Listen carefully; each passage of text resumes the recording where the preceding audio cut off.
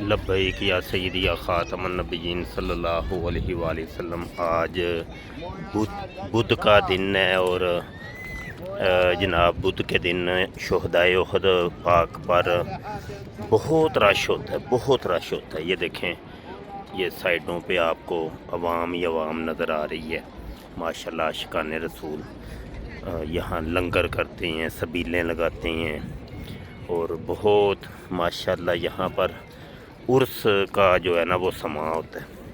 تو آج ہمارا جو صلو علی الحبیب گروپ تھا درود پاک والا، اس میں مردوں والے گروپ کے اندر 65,471 دفعہ درود و سلام پڑھا گیا اور 8 درود تاج ہیں اور 1800 سورہ کوثر اور 313 کلمہ شریف اور 4 درود تنجینہ شریف۔ اور عورتوں والے گروپ کے اندر جو درود پاک کی تعداد ہے وہ 2,08,01 اور 83 دفعہ درود تاج شریف اور 300 سورہ اخلاص اور 1 حزب البحر شریف اور 700 سورہ فاتحہ شریف پڑھی گئی ہے۔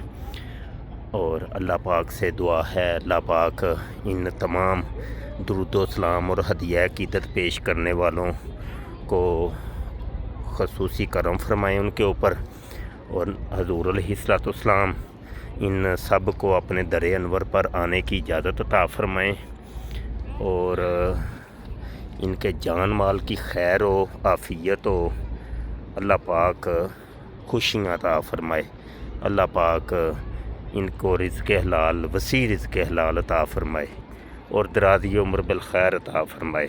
کوئی بیماریاں ہیں، دکھ ہیں، تکلیفیں ہیں، اس درود پاک کی برکت سے اللہ پاک وہ دکھ، تکلیفیں، بیماریاں دور فرمائے۔ یہاں پر ایک پیغام بھی دینا ہے کہ یہ دیکھیں، یہ پارک بھی ساتھ بنا ہوا ہے نا، چھوٹا سا پارکنگ، مطلب لوگ بیٹھ کے یہاں پہ گھاس وغیرہ ہے تو یہاں لنگر وغیرہ کھاتے ہیں۔